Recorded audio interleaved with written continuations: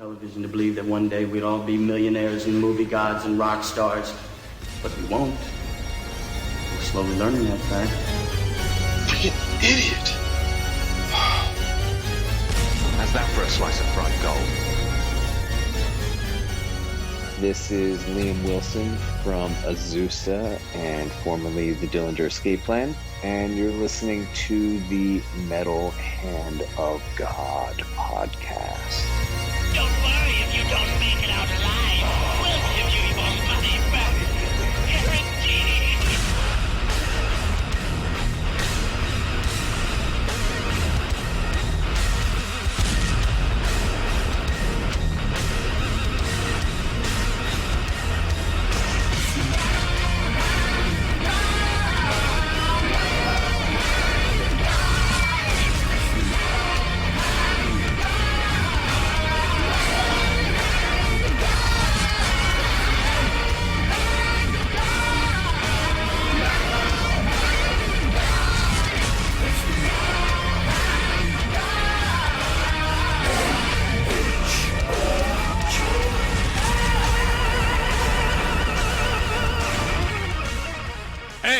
Welcome back to the Metal Hand of God podcast. I am your host, Wayne, and with me, as always, is the Rum Guy. There you go.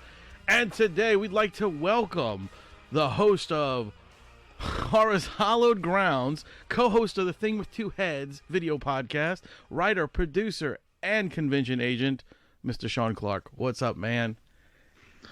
Oh, you know, just living the dream, baby. and obviously doing a whole lot of stuff. Yeah, I've been keeping myself busy during the forced vacation. Yeah, but I've been enjoying myself. Yeah, I was going to ask you that, man. I was wondering how things are going with you, considering. I mean, I'm sure you do a lot of travel when you're doing the convention circuits and stuff. So, like, how's that going for you with this can't do shit kind of thing? I've honestly been loving it. Really? Oh God, I've been so busy for the past decade. You know, I have like 300 clients, and sometimes I'll have 4 or 5 conventions on the same weekend. You know, I can't go to all of them, but I'm traveling almost every weekend somewhere. Wow. You know, I have the occasional weekend off here and there. And to just be home is the greatest thing ever. I bet, man. It would be after that. Yeah, after a long trip like that, Jesus. But, you know, I will say this, that, you know, obviously the lack of money that I would have been making sucks. But fortunately, I've done well enough that I can take the time off. You know, unlike some people, which I feel terrible, people that are struggling. Right. You know, it really sucks. But fortunately for myself, I was in a good position when the shit hit the fan. So yeah, how is it? This is one of. I'm sorry, I didn't mean to interrupt. I was going to say I've noticed that a lot of people that we've talked to have said that it's given them time to delve into aspects of being creative that they haven't been able to touch on in a while. Has that been something that you've been able to do while you've been doing all these other things? I know the podcast is going and the Hallowed Ground. I mean, other aspects for creativity for you, has there been much? I mean, that's really where I've been putting my time is I decided, you know what, I'm gonna finally put up a YouTube channel and do stuff, because I had all my previous Horror's Hallowed Grounds episodes that were already on YouTube illegally, that other people, I mean, I'm pulling up one of my videos that has 1 million hits, and I'm like, shit, that could have been my 1 million hits. And and so I had all of them taken down, and you know, I re-uploaded all of them, some of them with, you know, footage that people hadn't seen before. I had some uncut episodes. Very cool. And then I just started, you know, one thing you do when you're stuck at home, you start to go through stuff, and I started uncovering boxes and boxes of videotapes and camcorder tapes, and I have stuff that I've shot going back to the early 90s. Oh, wow. And some, yeah. And so I started digitizing a lot of it and uploading some of it. I hope to upload all of it at some point. I started this other little side series called Convention Days Revisited, and it was basically, it's going to be a combination of just footage I shot at conventions, and also when I was a journalist, when I worked for the Horror Channel and Dread Central and Bloody Disgusting, I was a lot of times the on-camera guy doing interviews, and I found all these tapes of interviews that I don't even know if they ever saw the light of day. You know? Oh, wow. It's just like, That's hey, a treasure trove it's right like, here there. they are. What is this? Yeah, and there's some great stuff from people that are dead, you know, like Richard Brooker and David Hess and Wes Craven. wow. Damn, dude, Yeah. that's great. So I figured I'd share that, as well as just geeky videos of us being nerdy horror fans when we were kids. And I'm just been having fun with that, and creating new Horrors Hallowed Grounds episodes is what I've been spending a lot of time doing. Very good. And you know, during all this, I guess one thing I did learn was how to use the editing software, because I was in the beginning. Andrew Cash, who was the main editor on the Horrors Hallowed Grounds episodes, he's now like a editor and director on Legends of Tomorrow. I mean, he's like doing real shit. No shit.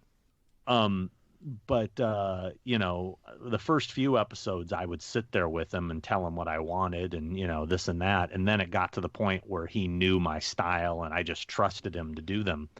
So I knew how to edit. I just didn't know how to use the software. Right. So I've been teaching myself by doing all these projects, which has been a lot of fun.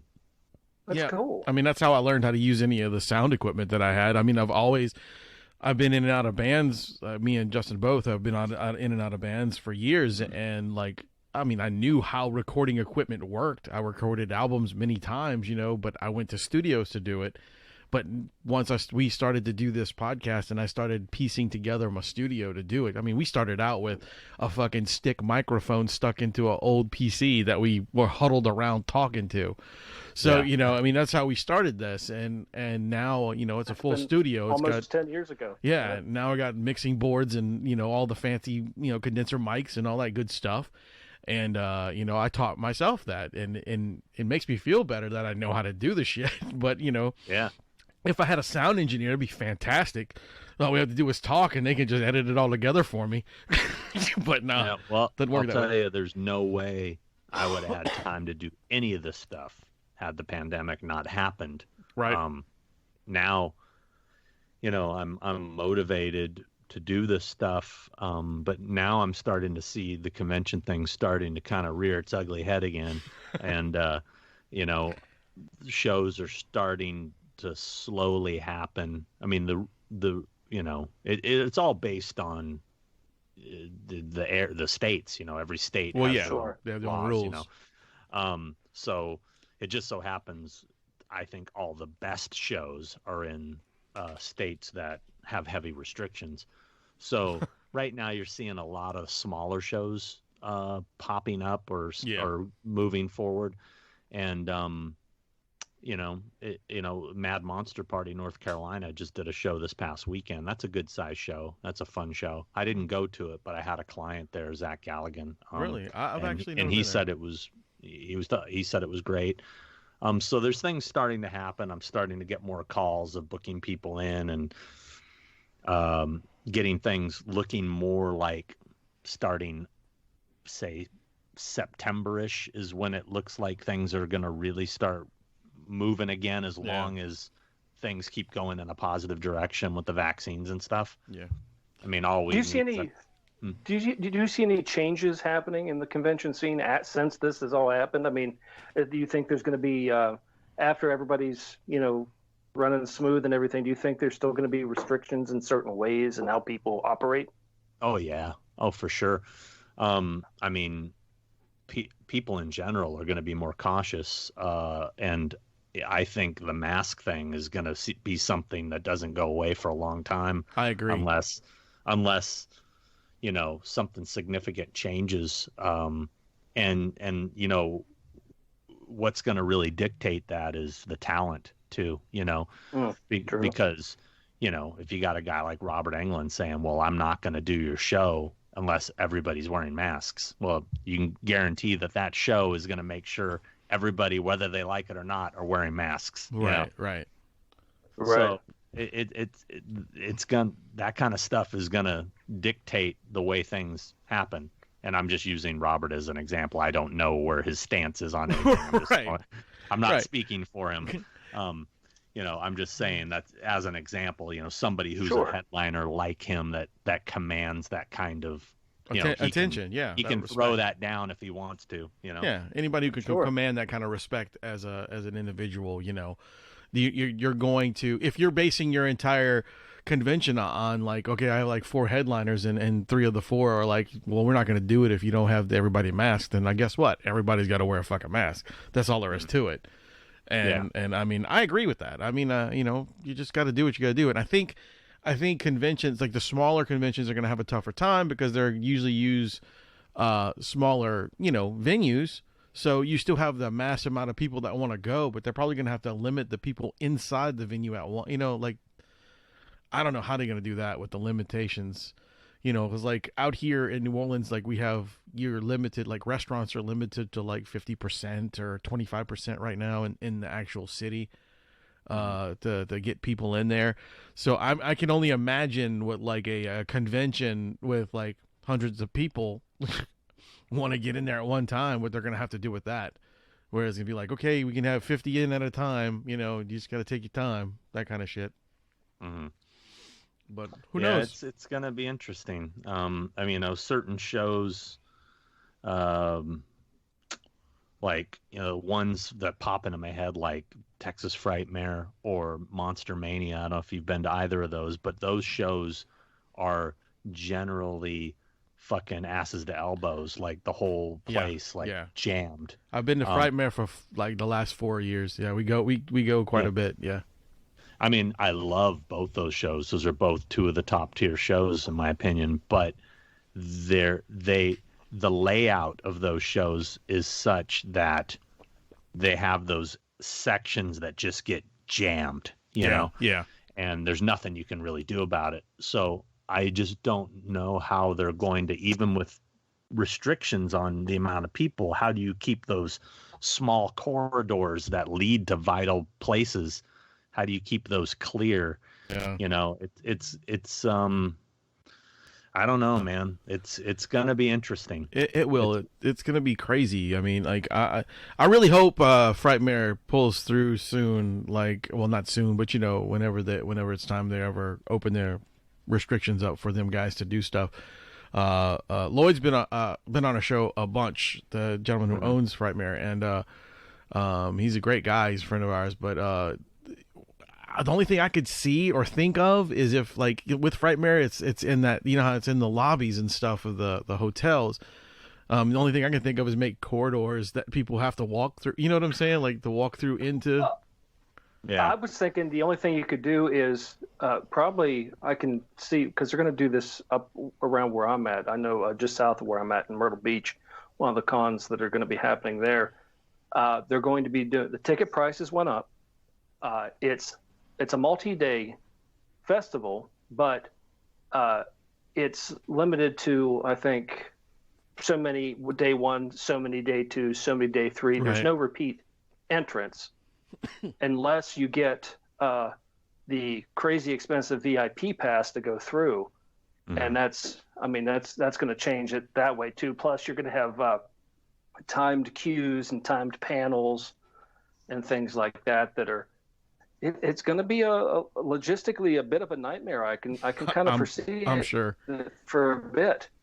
But yeah, I don't know how everything is going to work out. I really hope, like I said, Frightmare does something sooner or later. But we'll see. I mean, I had a good question for you.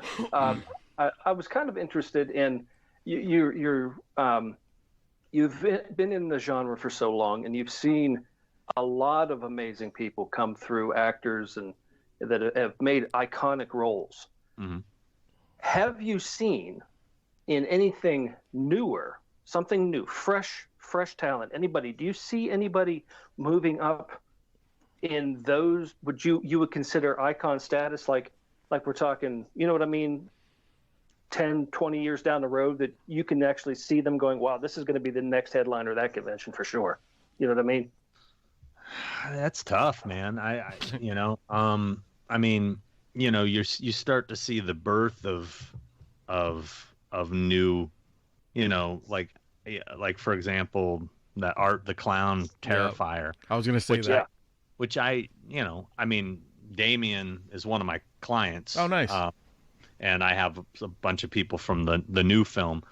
I haven't seen the new film yet, but the first film I thought was okay. I mean, I thought it was a really cool character, a lot of good gore effects, but I didn't think there was a whole lot of a story there. I watched it and I was like, all right, you know, I get the attraction to the character from, you know, the fans. I'm hoping that obviously the sequel takes it to another level. Right. But there, you know, shows the potential of maybe the next, you know, wave of icons in the future. I kind of feel like Sam from Trick or Treat is starting to gain that status a little bit. I agree. Okay. And you know, it's really strange is like, I remember when, oh God, I can't remember the young guy who played Sam. Quinn Lord. Yeah. I remember when he was at Frightmare and I was like, man, I really should go talk to this kid. I think he's going to be, you know, I think this movie's going to pull off and do something really good. And then something happened where I got pulled off somewhere else and I never did go talk to. I felt horrible because I really wanted to, you know, say, man, you know, I just like to go talk to the guys and tell them they did a good job and I thought they were fantastic in their films and, you know, all that good stuff. And and just, I don't know, man. I always thought that film was going to do something really, really big, and then it's been kind of dormant for a while. But I see that like now, like the like at the toy stores and the, you know, there are all these Sam items now, and before there was like hardly anything, and I'm like, oh, this is really cool. Like it's starting to bloom, you know. Yeah, it's definitely picked up steam in regards to the character and all the exclusive toys and merchandise, and like Spirit Halloween just did a whole bunch of exclusive things this last year, and it's just a very cool character and it's a great movie. It's just a movie that it had, you know, it got shelved for a while. It didn't get the theatrical release. It went straight to video. Right. It had all kinds of problems, and it really, it's one of those films that I think got discovered late. You know, there was an announcement for a Trick or Treat 2, and then that just kind of went away, you know. Really? I didn't know that. Right. Wow. Oh, yeah, they had a big announcement at the Egyptian Theater. The cast was there, and Michael Dougherty announced it, and then nothing ever happened. That was like, I don't know, 6 years ago or something. It's been a while. That sucks, man. Yeah, and then he's gone on to do, you know, Godzilla, and you know, you know, he's busy. So I don't know if that's ever going to see the light of day. And by the time it does, you know, I doubt they'd have Quinn playing Sam, because now he's I think he's 21 now. Really? You know, and God. Yeah. I mean, he was a little kid. Well, actually, that could be interesting if he did play, like if it was based a little, you know, that character further in time in his timeline. I don't know. Something tells me they'll stick with a little person. Yeah. So, I mean, there's so much in the horror movies that have really been impressing me lately. When are you getting back into doing the films, man? You know, the business has changed so much that it's I don't know. I don't. It's kind of tough. I mean, it's a very risky business these days. And it's so much work for so little reward, unless you have the next Blair Witch or Paranormal Activity, and, right. which is just doesn't happen often. You know, I did my movie, and literally, like, right after I did it, my business blew up. And, okay. you know, I mean, I would make more money in a weekend at one convention than I made on that entire film. So wow. So that makes a big difference. Yeah, so you kind of your motivations change. So, Man, how the hell did you fall into, just out of curiosity, how did you fall into being a convention agent? You know what I mean? Like, or just an agent in general? I mean, was it just something you wanted to do, or you just kind of like, I'm going to try this out? It was totally an accident. Wow. I mean, it was literally, I was involved in the whole thing. I was doing conventions as a vendor. I was a journalist, and I talked a celebrity into doing a convention who had never done one before. And I said, hey, you should give it a shot. There's one local here in LA. My friend's putting it on. You should go do it. And he took my advice. He tried it. And at the show, he was like, man, this is the best. This is so much fun. I'd love to do more of these. How can I get into more of these? And I mentioned there was a guy I knew that did this. There was only one dude I knew that did this. And so I said, hey, I know this guy. He books people, want me to talk to him. He said, yeah. And I went over, I talked to him. And he kind of shrugged the guy off like, pass. I go, really? Wow. And he's, yeah. So I went back and I told him, I said, yeah, the guy said pass. And he goes, oh, fuck that guy. He goes, why don't you rep me? And I just kind of went, I guess I could. And that's literally how it started. That's fucking awesome. That's so good, dude. That's really fucking awesome. It's like, yeah, fuck it. And the I'll do funny it. thing about that story is the guy that blew him off, is still in the business. And, as far as the convention booking end of it, I've totally surpassed him. and he hates my guts. Oh, that's nice. And, so it's kind of funny. It's like, dude, I'm the monster you created, bro. Yeah, no shit, dude. That's funny. He's like, it's your fault, dude. You did it. Yeah. Damn, that's fucking cool. It's like kind of accidentally doing it. That's really cool. Yep. Yeah.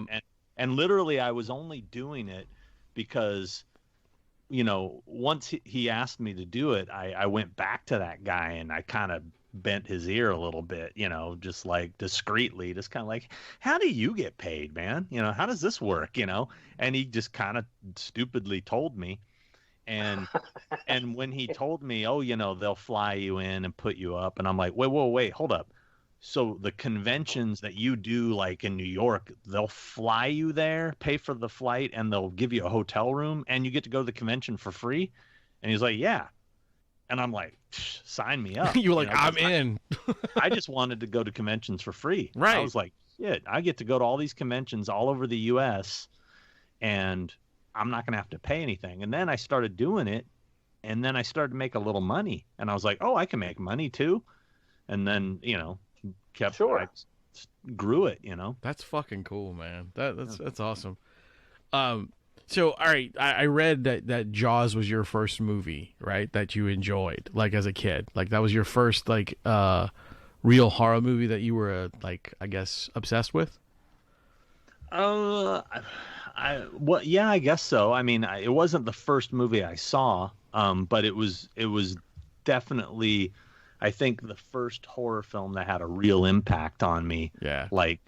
That I left the theater and, it affected the rest of my life. I mean, I think that happened to a lot of people. I was going to tell you the same thing. I was kind of like, cause that was my question. Was that the one that really impacted you? Because as a kid, I saw Alien in the theater as a child, and it didn't bother me as much as Jaws did. Oh, Alien fucked me up. Really? Oh man, it did for sure. That one didn't bother me as much as Jaws, man. Because even to this day, if I go out, even in a swimming pool, dude, if I go in a swimming pool at night, all I can think of is that fucking fin popping up on that water, dude. It still fucks with me. Well, when we first moved to California, my parents bought this house that had it had a swimming pool, but it was, for whatever reason, the people that owned it painted it black. Oh Jesus. Yeah, so you're literally just looking into darkness. And I used to be terrified to jump in there thinking that there could be a shark in there, you know? Oh my God, dude. That's fucking terrifying, dude. Yeah. And it was That's also hysterical. nasty because, like, you know, a fucking rat could fall in the pool, die, and be at the bottom. You'd never You see never it, you know? see, yeah. I mean, we eventually drained it and repainted it, so, you know. Oh, but, man. But for the first few years we lived there, it was black, and it freaked me out. Welcome to the black pool. I mean, that's the other thing. What if I was out there swimming by myself and I drowned, and my mom walks out and looks, and you don't see me, and Right. you can't see me, you Right. know? It's just the empty. It's just nothing wrong with it. It's all black. It's good. No. Yeah. That's where you hide the bodies, at the bottom of the black pool. Yeah. Man, that's Oh, crazy that's shit, hysterical. dude. That's Wait, so what good. was your first horror movie? Probably Alien. Oh, that was it? Yeah, Just Alien? yeah, because, yeah, most likely. Most likely it was Alien. I would say. How old are you? I'm 46. Okay, so that makes sense. See, I'm 50, and so I saw Jaws in the theater when I was like 5. Really? And Oh. yeah, so and then I saw Alien in the theater when I was 9. But yeah, I mean, so you probably didn't see Jaws till a little bit later then? Right. I didn't see Jaws till, I forget where. I don't even remember. I was, still a little kid, but it might have been, you know what? It might have been Jaws 2 that I saw first as a kid. Well, there you go. As a kid, you know what I mean? That one scares me a lot more. That's a bigger shark. Yeah. But No, I was gonna say the first one I saw was because of a very evil babysitter when I was a little kid decided she was going to invite her boyfriend over while my parents were out and put on The Exorcist. Nice. Yeah. Yeah. That's a good one. But That was one of my first. That was one of my first movies in the theater. Was The Exorcist, but I didn't really understand what was going on. I was Right. too young because I was like 3 or 4. You know. Yeah. Yeah.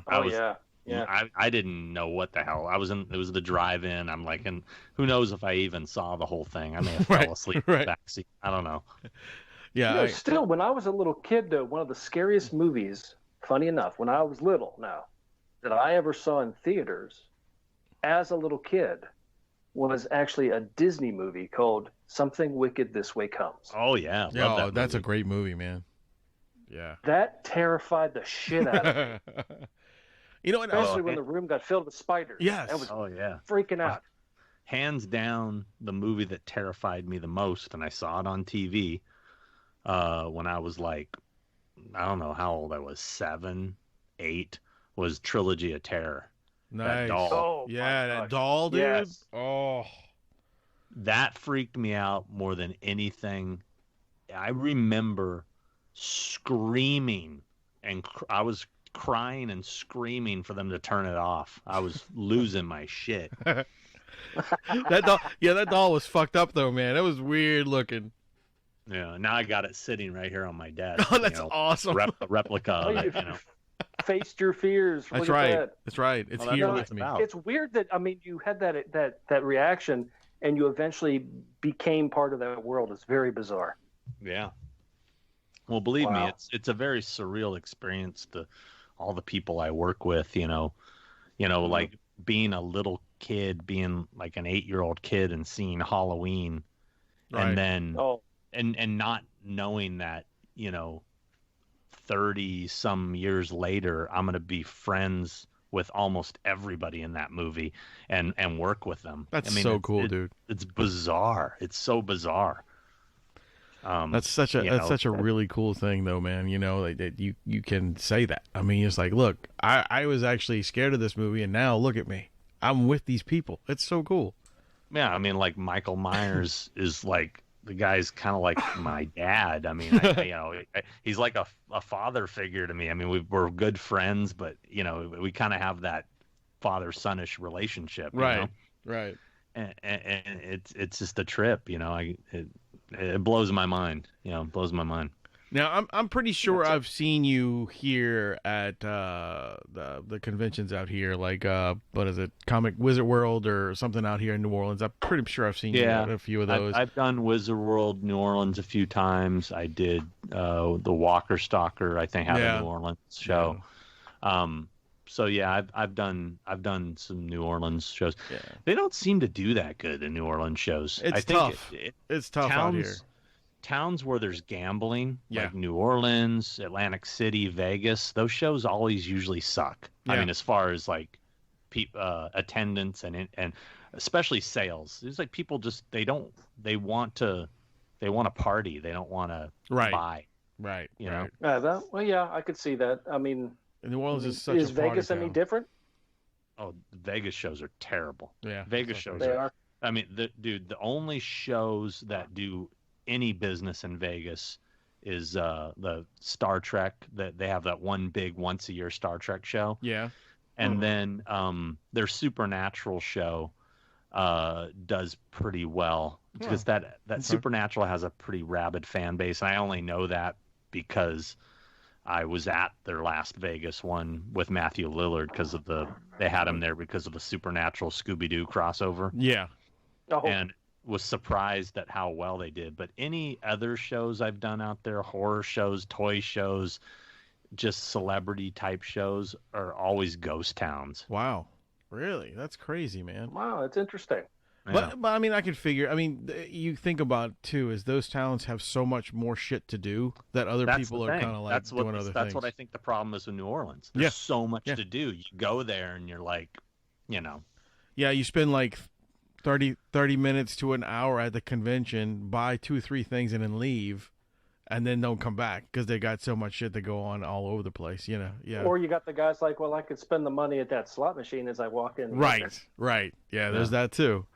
Yeah, and I find, and to be honest, I'll tell you like this, I find that like Wizard World has definitely died out here, died down so much out here.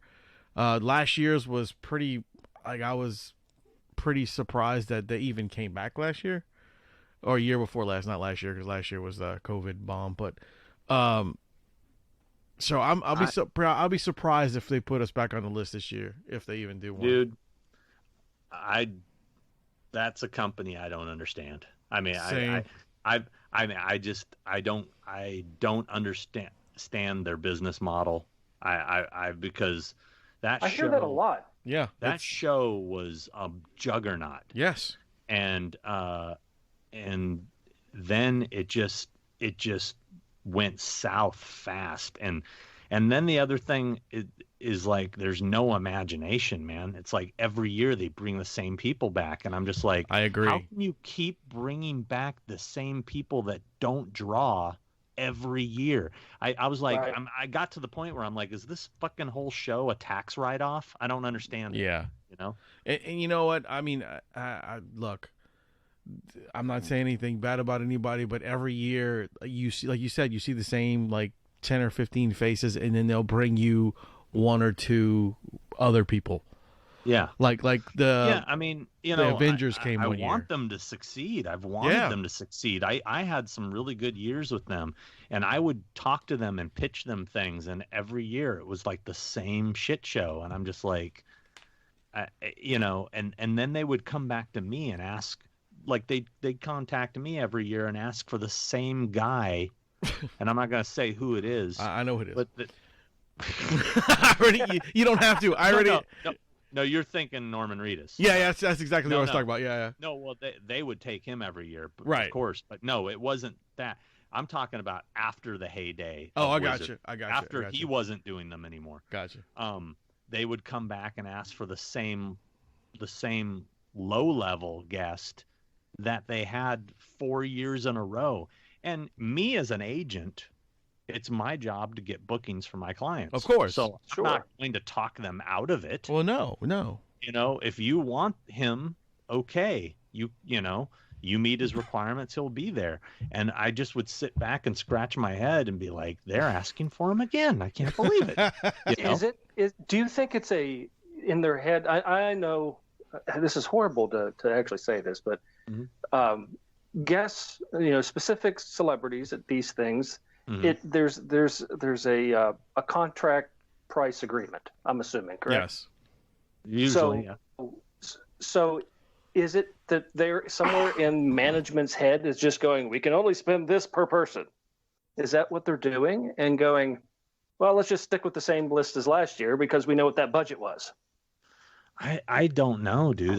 I really think it's laziness. I mean, I just think that's probably a lot of it. I mean, that's all into it. I mean, I have my own theories, right? But you know, but I just keep sitting back and waiting for a massive shakeup and somebody to come in and turn it around. But it's just been on this downward spiral for like several years. Yeah. And I know they have the resources to make it better, but I think they have a couple people in positions that are just maybe these people have dirt on somebody and that's why they haven't been fired. I don't know. I really don't know. Could be. Yeah. I mean, I'm probably not doing myself any favors right now as far as ever getting invited back. But I mean, I would love for them to succeed. I would love to help them build a good show. But unfortunately, they're lacking any imagination right now. Well, I mean, we feel the same way. I mean, like we always go, and of course, you know, they are gracious enough to give us press passes and go out there and do our thing. And you know, that's really cool. I mean, of course, we can't. This is the thing with press passes, though, is like they'll give us press passes, but it's just for us to go into the show. We can't speak to any of the guests. We can't. We'd have to contact someone like you to be able to talk to the guests. You know, that kind of thing. You got to talk to Jerry. Jerry emails me. Like I talked, you know, and stuff like that. But it was just kind of like one of those things where it's like they give you that little stipulation. Now, you know, you're not supposed to bother the guests. I'm like, okay, that's fine. I mean, I like Jerry. I like Jerry, by the way. So do I. You know, he's not the problem. No, he's always that guy has always been super nice to me, and he's always been helpful, and he's like top notch with if I have to say anything about those guys. Yeah. It's just like, you know, so they give you that thing where you don't bother anybody, which is fine by me. I don't mind that. You know, I understand they have to make their money, they have to do their things. You know, that's cool. But I love the show because, you know, it brings back they give like the local talent. Like we're friends with all of the, not all of them, but most of the like New Orleans based comic book guys, like all the guys out here that do art. We have a few that are, you know, work for IDW and all these other big comic book companies and stuff like that. But they're friends of ours. I mean, they even do our pictures and stuff. You know, like we have advertisements for our podcast that are drawn by these guys and stuff. But that's what I like about the shows is like they give those guys the opportunity to get out there and do stuff. You know, and I find that when the show started to, excuse me, it's always been deemed a comic book convention, which is not. Yeah. And I think that's one of the issues. It's mislabeled. You know, it's like, oh, come out to Wizard World Comic Con. No, it's not a Comic Con. Yes, there are comic books there and there are comic book artists there, but it's more of a pop culture convention than anything. You know what I mean? Yeah. Like push that. If you push that aspect of it being a pop culture thing and do more advertisement on what you think the draws are, it will help everybody in general is how I feel. Well, that goes back to what I was talking about, them not seeming to know what their identity. Yeah. Their identity. Yeah. They seem to not really know what they just kind of lazily throw it together, and whatever it is what it is. And I mean, you know, the last time I was even there was a few years ago. I can't remember what show it was, but I had a bunch of people booked into some show in New Orleans that got canceled. Was it? I know what you're talking about. It wasn't MightyCon, because MightyCon was the small one. I do remember. I remember it was, God dang, what was the name of that convention? But that was like 2 years ago, right? 2 or 3 years ago? It's about, maybe 3 years ago. Yeah. I had a bunch of people booked into a show that got canceled. Yeah. And then the promoter contacted me and said, hey, you know, since all these people were planning to go on a show this weekend, do you want to do our show? And it was one of those things where everyone was just like, well, I guess we were planning on doing something, so let's just go do it. Yeah. And, and I brought some good people too, John Bernthal and a few others. And, nice.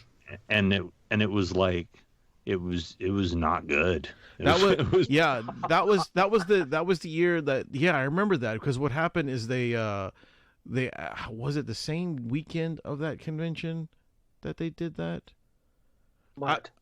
That it was canceled. Like that one, it was canceled, and then another one just popped up and said, "We're gonna have it this week." You know what I'm saying? Like, I can't remember what it was. It was very strange. It was weird that year. Yeah, it was something that they completely just pulled the whole show, and it was. I'm glad I don't remember it.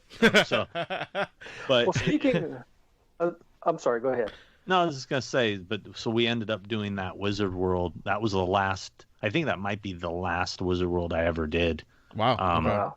Yeah, I haven't really been back since. I mean, I know I sent this one guy a few times to as I talked about, but I can't remember if it's the last. I know I went to a Sacramento show, might have been the last one that I had like 2 people at. Right. But I just look at their guest list, and they'll ask me for somebody, and I'll be like, who are you trying to market this to? I mean, it's like, this makes no sense. I mean, again, I'm not going to fight you and tell you not to take my client, because it's my job to book my client, but I'm sitting back scratching my head going, what the hell are they trying to put together here? This is it's so just like not thought through. It's seriously, it's like they're throwing at fucking darts, and whatever they hit, let's call this person, and again, you know what? You just discovered their secret. That's what they're doing. Yeah, it sucks because they had a lot of potential, dude. Their Chicago show was massive, dude. Their Chicago and their Philly shows were fucking enormous, really, and packed, and then I don't know what it was that they just went downhill fast, man. That's sad. Wow. That's sad, man. It really is, because I hope they pull it together. Let's touch base on a more positive show. Yeah. Your podcast, The Thing with Two Heads. Tell us about that. That's the best show ever. Hell yeah. That's what I hear. It is the best show ever. This is a recent new incarnation, isn't it? This is like a new baby to you guys, right? Yeah, I mean, we're already 25 episodes in, but yeah, it started. It's one of those things that, I listen to podcasts. Not so much. I used to listen to podcasts. Now I watch a lot of like video podcasts on YouTube. Mm-hmm. Like while I'm working, I'll just put one on. And I'd always think when I was hearing horror ones or this and that, and I would be like, man, I could do this better than these guys or what. I mean, you just kind of say to yourself, but I can't do it by myself. I don't want to. I need somebody I can play off of, and because it just works better. Yeah, exactly. Sure. I couldn't do the show without him. That's for sure, because it's easier to talk back and forth to people.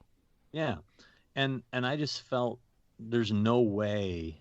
I don't know anybody that I think would click with me and that has the right amount of knowledge and this and that. I mean, I was just it was one of those things that, I mean, I had ideas, but I was just like, and I just never pursued it. And Chris Nelson, one day out of the blue, just says, you and I should start a podcast. And I sat there and I thought to myself, wow, I think it could work with him, because he's got this dry humor. He's really knowledgeable. We, have a good back and forth because we fuck with each other constantly. And the fact that he has a name too, he's a Academy Award winning special effects makeup artist. I mean, I'm like, this could be a good fit. So, we had downtime because he wasn't working, I wasn't working, so we tried it, and we didn't expect the reaction we got. We kind of thought, oh, maybe some people will dig this, but like literally out the gate, people were like raving. And I was like, this is kind of weird. Like, I thought people were like, hey, you guys are all right. You'll find your legs eventually. And people are like, dude, favorite podcast on the web. And I'm just like, what? It was kind of like took us by surprise. And it really, that positive enthusiasm really motivated us to like, okay, let's really do this. People are digging it. And I think what maybe makes our show a little different than other people's, like y'all's. No, it's just, I think you're getting a different perspective from two guys that are in the business, Right, for sure. And I think that's the real difference. Is yes, you can tell we're fans, but we're also fans that are actually working in this world that we're talking about. Right.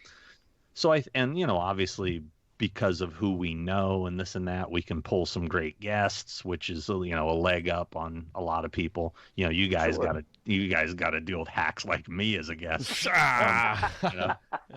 guys are like, we got a big one. No, I'm just kidding.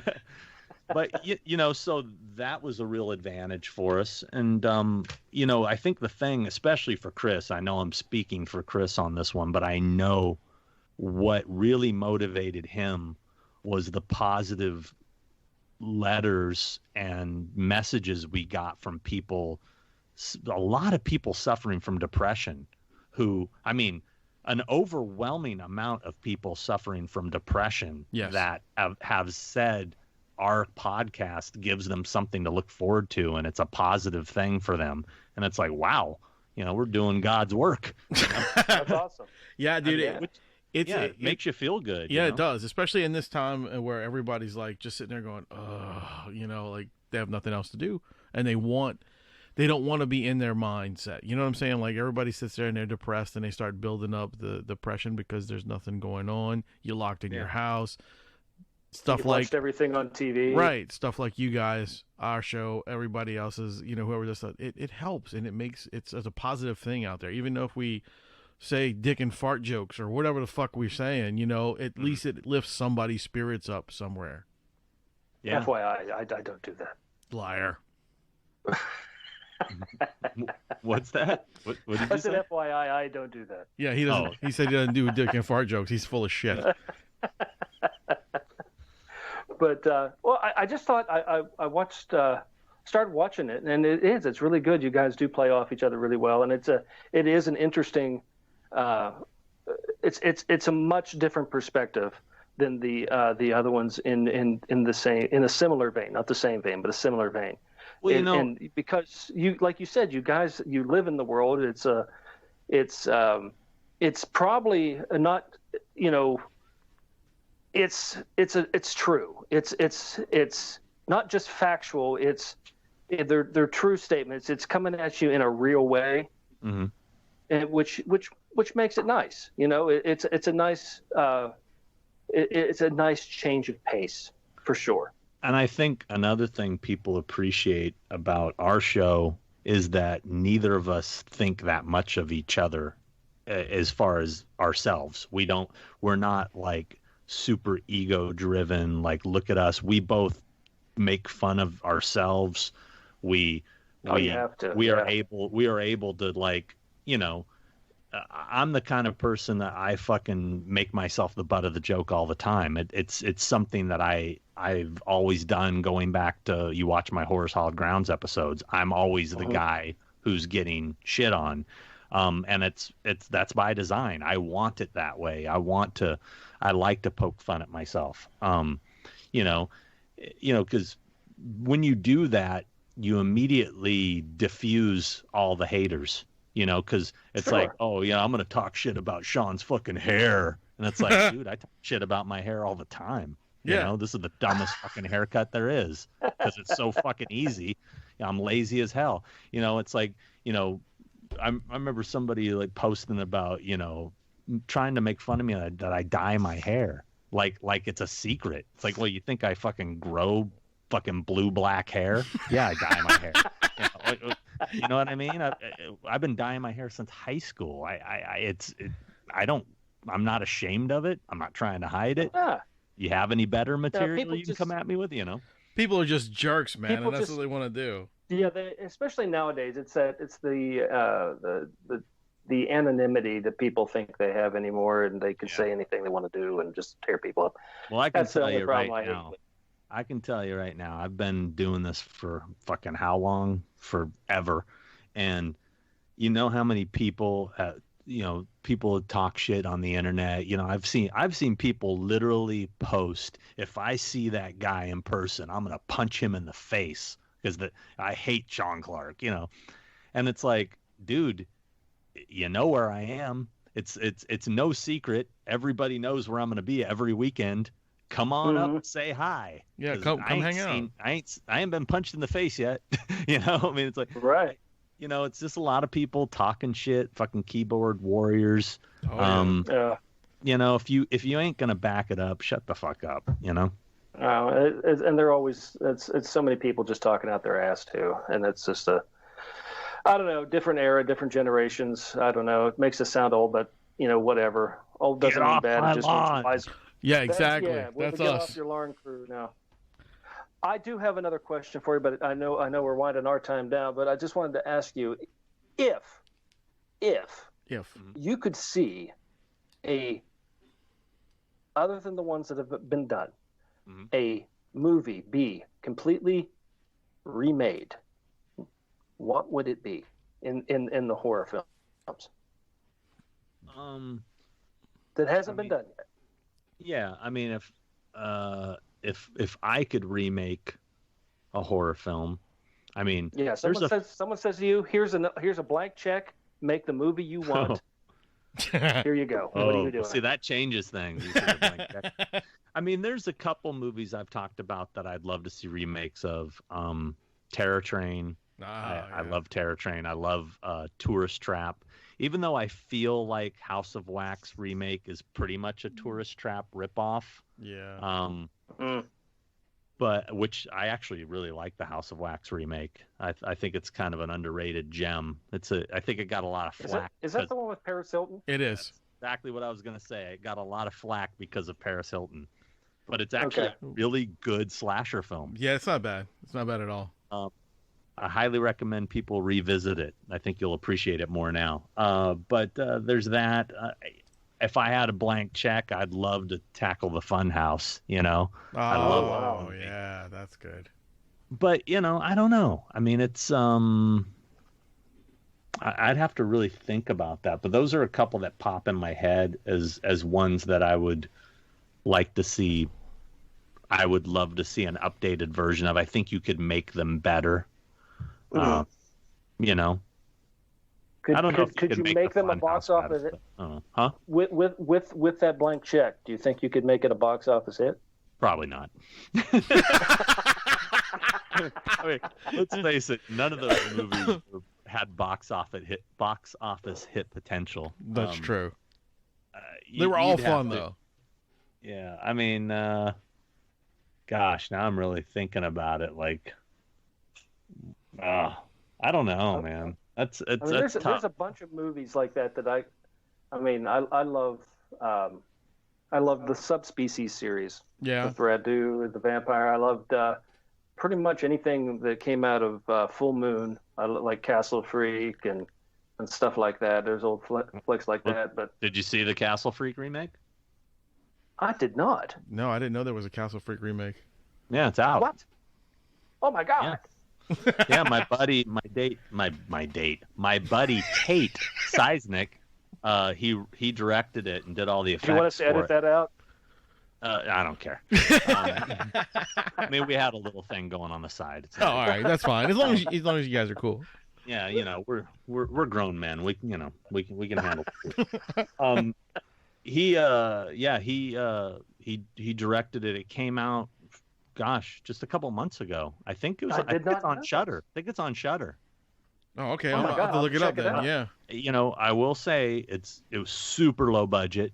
He did for what for what he had to work with, he did a really good job. It's not a big budget by any means. But it's a different take, but I think he did a great job. It was his directorial debut.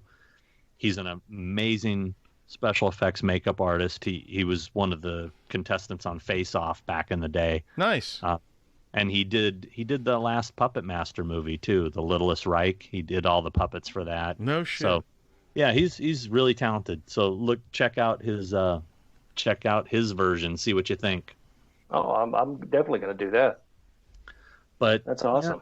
Now you got me thinking, because there's so many, like the Hills Have Eyes remake was, I think, superior to the original. Oh yes. I mean, that's a good one. Obviously, the Fly remake is better than the original. The Thing remake is better than the original. Yes. The Blob remake was better than the original. Right. Do you think it's just technology made it better, or was it the choice of actors? Technology helped. I think it was a little bit of both. Those are definitely better actors, better stories. Sure. The Dawn of the Dead remake was fun. It's not as good as the original. Right. But I enjoyed the Dawn of the Dead remake. Yeah. But then you have misses like the Nightmare on Elm Street remake, which I revisited it recently and it was a lot better than I remembered. I was gonna say I was kind of a fan of it. I mean, I had no I kind of dug that movie. I don't know why, but everybody hated it so much, and I was like, when I watched it, I'm like, I don't see this being a bad film. It's not Freddy Krueger like you remember him, but it's a grittier version, in my opinion. We did a ranking episode on the Elm Street franchise, and I broke this one down. And my basic take on it was, this movie would have been so much better if they hadn't made the character of Freddy Krueger sympathetic. Yeah. Because when they're like chasing him to burn him alive, and they show him being nice with the kids, they kept like teetering it back and forth. Okay, is he a filthy child molester, or is he a nice guy who's being mistaken? They should have just went with child molester. Yeah. And made him the bad guy. Making the character sympathetic didn't work. Yeah, kind of that did kind of throw it for a loop. Yeah. Yeah, you as a viewer didn't know where you were going with your feelings towards this guy, and they had no motivation. Like, they really had no motivation for him to be the killer coming back. Yeah.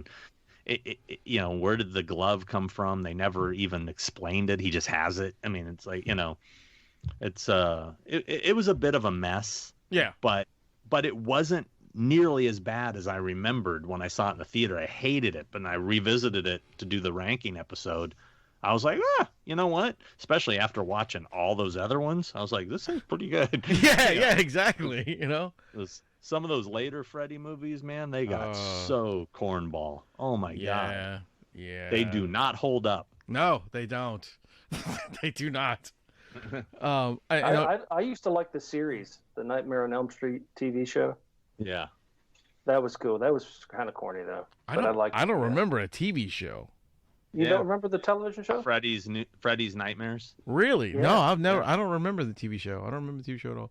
I do remember the Friday the 13th TV show where it was like a pawn shop or something, and they would get like these weird items in and shit. Oh yeah. Yeah. It was like Warehouse 13. Yeah. It's a curiosities shop. Oh, sorry. Yes. Curiosity shop. That's right. Yeah. But they never Friday sold the 13th, anything. the series. That's right. Yeah, they never sold anything in the entire time that shop was open. How did they stay in business? It was Needful Things. Yeah, there you go. I went to that store. Where was that? I was in. I think it was in. Was it Toronto? I think it was in Toronto. Nice. Yeah, it was somewhere in Canada. Yeah, I was out with my buddy Robert Patterson, who does the location stuff with me. He writes a lot of the articles in Horrorhound now under my cool. Horrors Hog Grounds. He does a lot of them. and we were out. We went to all the prom night locations. We went to the Fly That's so cool. locations. We went to a bunch of Hannibal locations from the series. God. And I remember one of the places we stopped by was the shop they used for Friday the 13th, the series. That's funny. Yeah, I don't remember. It was some store. It was like a ladies furniture or ladies something. boutique. It might have been a sunglass store. I don't remember it. It was like, this was like 6 years ago. I can't remember what it was, but Like I was watching one of the hologram things, and it was for Return of the Living Dead, and that's not one of my favorite ones. Man, so much stuff is gone. But it was so funny the way you did. He says you were like, yeah, this is the sidewalk they walk down, and it's not even the same sidewalk. Everything is gone. It's not, you're like, the building was supposed to be here or something. I can't remember what you were saying, but it was so funny. And you walked across the thing, and you're like, sorry, this is all we got. Yeah, I mean, that's what happens sometimes. I mean, a lot of the episode of Texas Chainsaw Massacre Part 2 was a lot of just like, yep, this is where it used to be. Right, yeah. I mean, that's kind of what you have to deal with. I just finished up the ultimate Fast Times of Ridgemont High episode. Oh man, that's and really I found everything, but there's a couple key places that have been torn down, and it's a bummer. I don't know if you saw, I posted one this morning. Was it this morning? No, I or last night. It's an update to my Bill and Ted's episode. Oh, sweet. Where I finally found Bill's house. No shit. Because I found the interior, and all these people online kept saying, oh no, that's the same house on the exterior. They just remodeled it. And I'm like, there's no way this is the same house. So I was getting in fights with people online. People were telling me I'm wrong. And they shot the entire movie in Arizona except for one scene. The when you see the outside of the house and the garage was all a house in LA. Oh wow. And it's so weird because I asked Alex Winter about it. He's one of my clients, and he could not remember. And then I talked to Diane Franklin, who played one of the princesses. Right. And she said that house was in Pacific Palisades. And I said, wow, you tell me they shot the entire movie in Arizona and they shot this one thing in Pacific Palisades. She goes, I'm telling you. So I asked Alex, and he goes, I have no recollection of that. He thought she was wrong. Well, she was right. Wow. But the house was torn down in 2017. Oh, that sucks. But I found it, and if you use, thank God now we have like Google Earth and Google Street View. Right. I was able to pull images of it, before they tore it down to verify it was the house. That's fucking cool, man. Yeah, so I just kind of had it. That was my middle finger episode I put up. All the people that told me I was wrong. It's like, fuck you guys, I'm right. Well, look, man, Sean, before we get out of here, tell all these people where they can find you and all your stuff, man, like all your URLs and all that good stuff. Okay, on Grindr, you can find me at let's see. Oh shit! I'm on Christian Farm. Was it Christian Farm? I forgot what the hell they call it. ChristianFarmers.com. Yeah, Christian Farmers. Hey, how y'all doing? I love that one. That's a good dating site. Yeah. No, I'm on Instagram, Twitter, and YouTube. It's at Malfunction. MALFUN. I always spell it wrong. FUNCSEAN. I can't even spell it. It's basically malfunction, the word malfunction. You take off the TION at the end and you add SEAN. There you go. Gotcha. Malfunction. And then on Facebook, my personal page has been full forever, but I had to do one of those stupid fan pages, which I hate, but it's like facebook.com/Sean Clark Official. Ooh. And there's also a Horror Solid Grounds Facebook page as well. So you can find me on all that garbage. And just, keeping up the new episodes, and the Horrors Hallowed Grounds thing with 2 heads. These collection videos I started doing too, that people, I just did this one. I don't know if you guys saw, I started doing my poster collection, and I was like, I don't know if anybody's going to even care about this. It was one of my most popular videos. I can't believe it. People were like, I can't wait for the next one. I'm like, okay. You'll be cool. surprised what people want to see, man. I mean, people love that kind of stuff. Yeah, no, it kind of caught me off guard. I couldn't believe how much people responded to that one. Like, dude, that was the dopest episode. I can't wait to see the rest of your posters. Because I only did like A through C, know, because I have them alphabetical order. Right. Well, like everyone should have them. Well, don't be surprised. You're going to get a lot of response with people wanting to find that grinder. Yeah, I'm pretty sure. But there's probably a bunch of them out there wanting that. That on Grindr, it's malfunction dong. So you find me on there. Good to know. Good. Yeah. Yeah. Don't do that typo. Yeah. On Christian Farmers, it's. Be careful on that one. Oh God! It's hysterical. I don't know. I can't come up with anything clever for that one off the top of my head. I got to think about that one a little bit. And I was on the blacks only dating site until recently. I got kicked off. You got kicked off of that one? That sucks, kicked man. off by Coca-Cola. Like technicality. I don't. Yeah, like, exactly. You probably got kicked off by Coke. That's so stupid. Do you know who I identify as though? How can you tell me what I know? Right? Yeah. That's what I'm saying. Damn. What this Coca-Cola thing? Give me a break. Right? All right. I'm glad you read that too. I was like, that's some dumb shit, man. Well, then I read into it, and it's kind of a bullshit article. But yeah. But really whatever. Is. I'm totally anti-cancel culture of any kind. I mean, same. Us too. Grow up, people. People need. You know what? When we were growing up, we had a thing called feelings that we were able to get over. You know?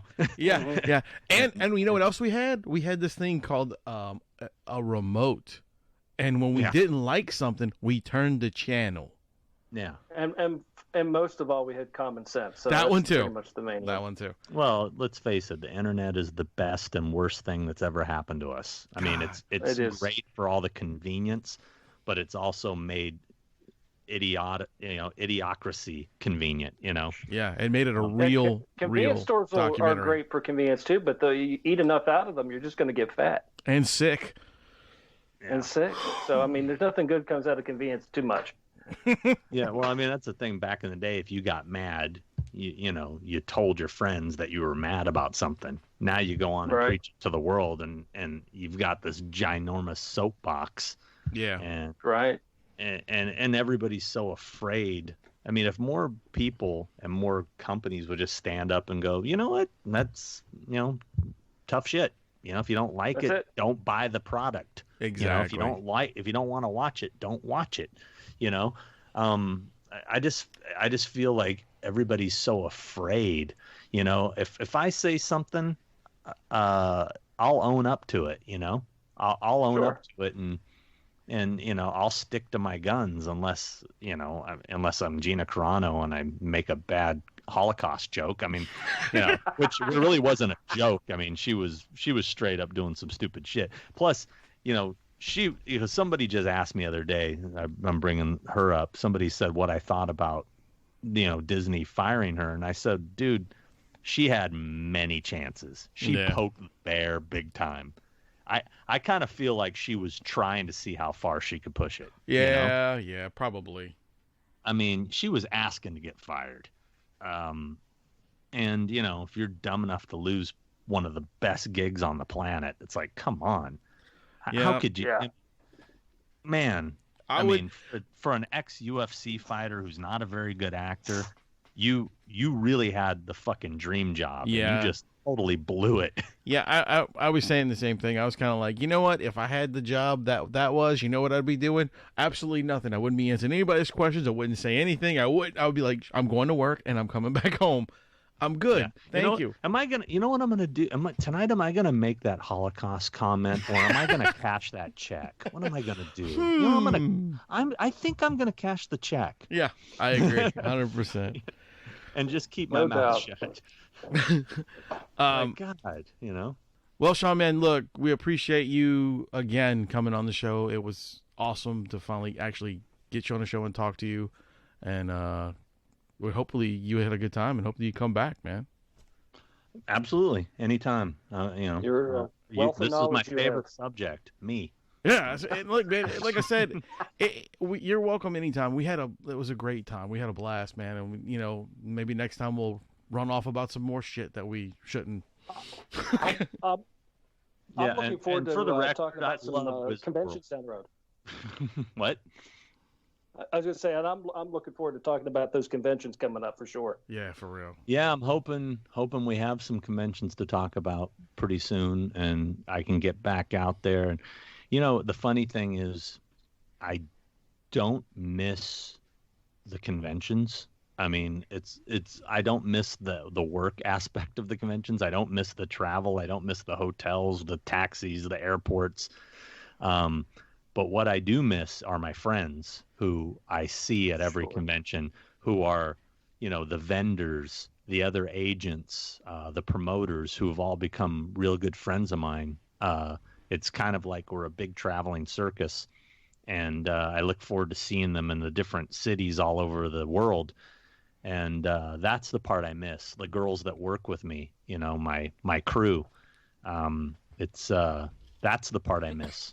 So I'm looking forward to getting back to that, and also, yeah, the people, the fans, you know, like who are, you know, I hate calling them fans because I hate using the term fan like I'm saying you're my fan. I mean the fans that go to the conventions. Right. You know what I mean? Yeah. Like just in general, all the people that show up. Yeah. Yeah, exactly. So that's always fun, and it's going to be a lot more fun, I think, hearing all the feedback about all the shit that we've been doing during the pandemic. Like, you know, we've actually gained fans from, you know, Thing with Two Heads, you know, like, so now people are probably going to come up to me going, dude, I'm so-and-so that posts on your show or whatever. You know? Like, Sure.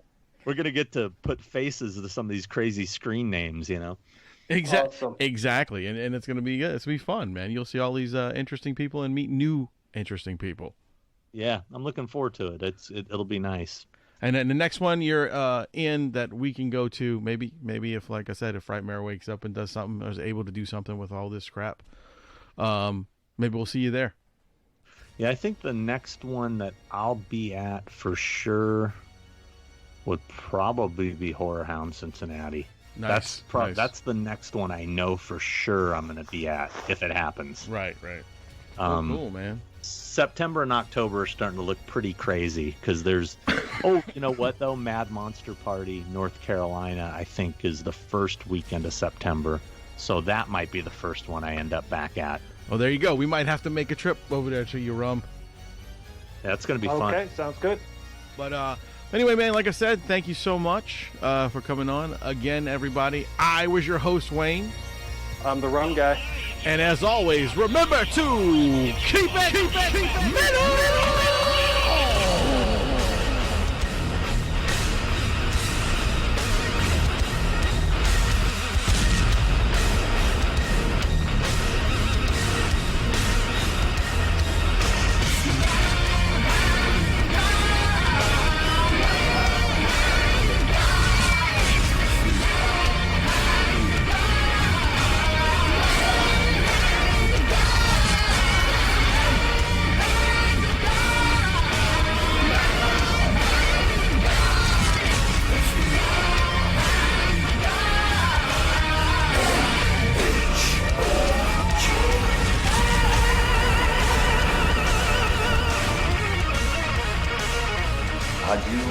Are you talking with such sweet sorrow? Go ahead and run. Run home and cry to mama. Okay then. That's it. Get the fuck